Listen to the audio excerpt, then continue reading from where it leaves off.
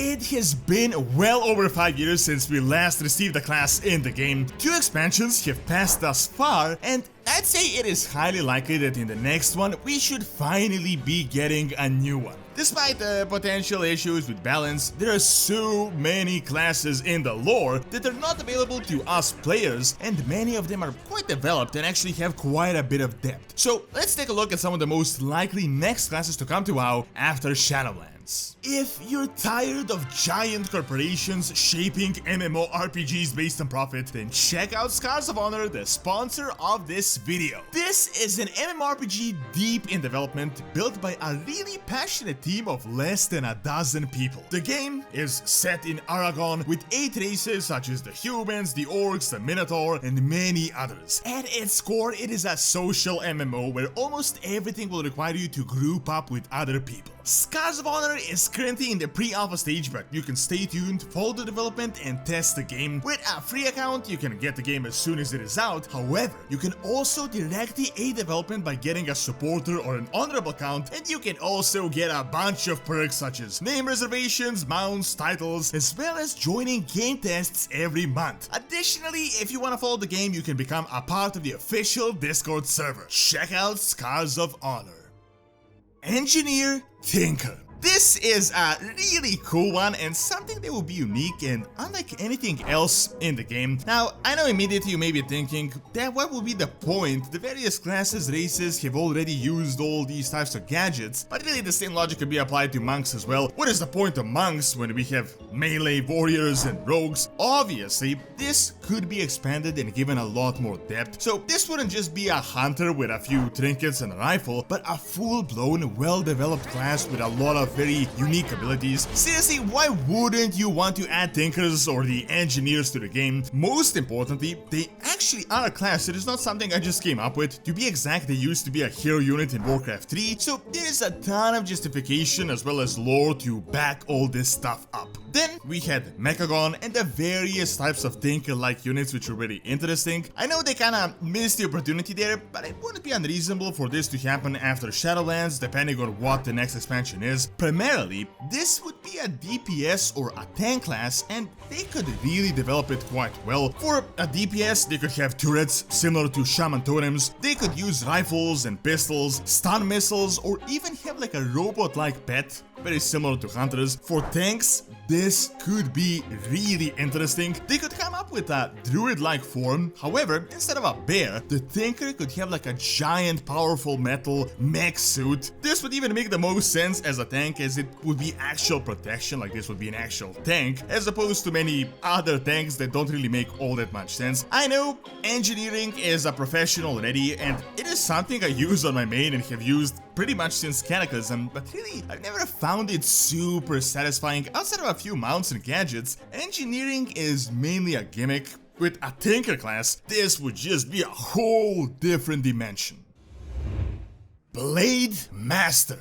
I know what you may be thinking, really? Why would this even be a thing? We already have warriors that have some of the original abilities, but just think about it. Blade Masters are one of the most iconic classes in the entire series. Remember Samuro? They wouldn't even have to come up with something new, as the Blade Masters are really well developed and were a crucial part of Warcraft 3. They are mainly an orc class of ancient, very skilled and powerful warriors that existed long before the creation of the original Horde, so they have quite a long tradition and depth to their class. I'd see them mainly as a DPS spec, although a tank is possible but not really all that realistic. Blade Masters should obviously wield blades, so mainly swords and polearms, and their armor is supposed to be very light. In fact, I'd say a Blade Master would be something between a monk and a warrior, although mainly focused on actually using the weapon instead of fists. What many people don't know is that Blade Masters are also discount shamans, so these abilities could be added as well. We had seen them wielding very basic elemental magic and using fire. Additionally, a big thing with the class could be them enhancing their weapons, as we had seen that in the past. So all types of fire magic, for example, as well as poisons, which could really enhance them on the DPS aspect. Lastly, the most iconic Blade Master feature could be the mirrors. This is something that was super cool in Warcraft 3, although I'm sure it would be difficult to add to the game to be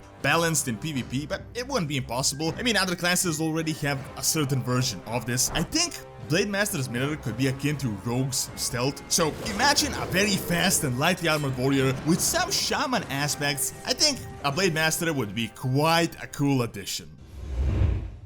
Dark Ranger. A relatively newer class that I feel like could be quite relevant with the Shadowlands. Dark Rangers are relatively newly added to the game, only coming in around the Scourge invasion. The majority of them were fallen high elven rangers that were raised into undeath, with Sylvanas obviously being the main one. However, lately, we had seen Nathanos raising humans and creating his own batch of Dark Rangers, and we had also seen the Night Elves being raised as well in BFA. To put it in really broad terms, Dark Ranger is like a hunter, shadow priest, like a void hunter. Yeah, it definitely sounds weird. Primarily, they use a large bow and arrows, but Nathanos' versions, for example, used crossbows and axes. As many of them used to be rangers in life, they're like Death Knight hunters, so they still kept their tracking abilities. The only difference is that they now have shadow craft powers. So Dark Rangers are known to enhance their arrows with shadow magic, but they also have certain, albeit limited types of mind control and ways of driving their opponents insane, which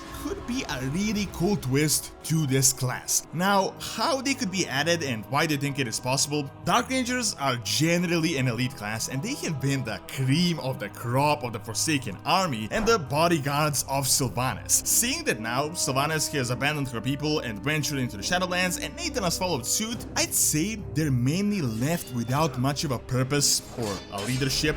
We don't really know what their numbers are currently, so it is entirely possible that after Shadowlands they could be added to the ranks, similar to how the Death Knights joined after they had broken free from the Lich King, and they could have their own order, similar to the Ebon Blade. I know, they're almost identical to other classes, but they could definitely be made unique with some changes, maybe more of a focus on void magics and potentially even a Banshee type form, or some sort of teleportation abilities that we have seen Sylvanas use. Shadow Hunter. This is potentially the oldest of all the classes in the game. Shadow Hunters are sacred in Troll Society, and they were notable even before the ancient Andalari Empire that once ruled all of Azeroth. Shadow Hunters are a bit of a weird class. They're like a mix of everything. However, what sets them apart from others is their connection to the Loa. Shadow Hunters are not just elite warriors, but they're like the pillars of Troll Society, and only the chosen few can take this path. They share an incredibly close connection with the Loa, and they can channel the will of the Loa through themselves. Now, mambo jumbo aside, what does this actually mean in practical terms? Well, they're primarily a DPS and a healing spec. In simplistic terms, like a Dark Hunter that is also able to heal. Imagine if you mixed a Hunter, a Shadow Priest, and a Shaman, you'd get a Shadow Hunter loosely. They're notable for their chain heal ability, casting curses and using various types of totems, being able to hex their opponents and turn them into frogs. Additionally, they're also incredibly skilled in ranged as well as in melee combat, matching the prowess of the monks and the warriors. Now, what is cool about Shadow Hunters is they can really easily be added to the game as their background is very rich. First of all, they were an actual class in Warcraft 3, and most importantly, now we're learning more about the Death Loa and the Loa connection to the Shadowlands. Additionally, Vol'jin as a Shadow Hunter is playing a role within Ardenweald, and his fate is currently uncertain. So this class is without a doubt possible later on, especially Vol'jin's spirit is involved, and there could be an excellent justification for the Shadow Hunters to be added to the game. Necromancer.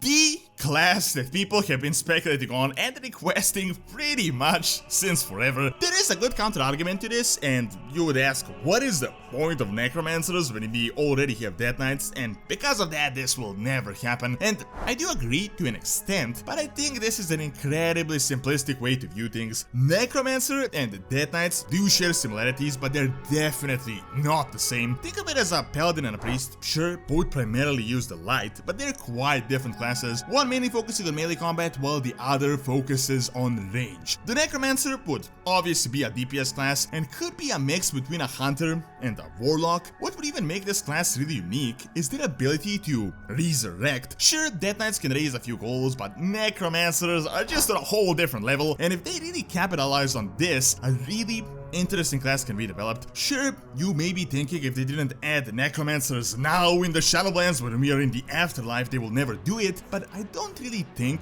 that is the case. Look at it this way, we're hanging out with Primus, the guy that actually created Necromancy. This is the father of this dark art, and we're also exploring Maldraxxus, the home of necromantic magic. Sure, as we get into Shadowlands as an expansion, this would have been a perfect time to add this class, but as we help and establish a relationship with Primus, depending on what happens in Shadowlands, we could totally get this after. Maybe the universe shifts drastically and the lore of Maldraxxus is finished after the jailer is done with whatever his mission is, and then a faction of necromancers could join us. Primus sends his best to assist us in the future. This way, we wouldn't get tragic fallen characters, but actual original necromancers. Void Walker. So this isn't a particularly well-defined class, but sort of a general term for a potential Void class. Void magics are really nothing new in Warcraft. There are Shadow Priests already that utilize it, we have Warlocks, and recently we got an entire race of Void Elves that started using it. However, is an actual just full-on just Void class actually possible? I'm not talking about a caster using a bit of Void on the side, but a class that just uses that and nothing else. Obviously, this would be a DPS one. In terms of lore, it could 100% be justified. First, Alleria created this new batch of elves. We know that the Void is not all bad as we used to believe, and that it could be manipulated for good, although with a huge risk. So obviously, the ground has been set up for this. Additionally, as we might be going into a Light Void invasion or a future Light versus Void conflict, this could be perfect for the team. However, what I would like to see is something different. I know if they just added a Void Mage, it would be way too similar to Warlocks or Shadow Priests, so what they could do could be like a Void Paladin or something like a Demon Hunter. However, instead of Fel, it is just Void. So this could be like a half Void monstrosity going crazy with these dark powers and really utilizing it to the fullest extent. Thank you for watching. Check out what would happen if we just let the jailer win by clicking on the screen, and check out Doran's Academy for videos on real world history. See you next time.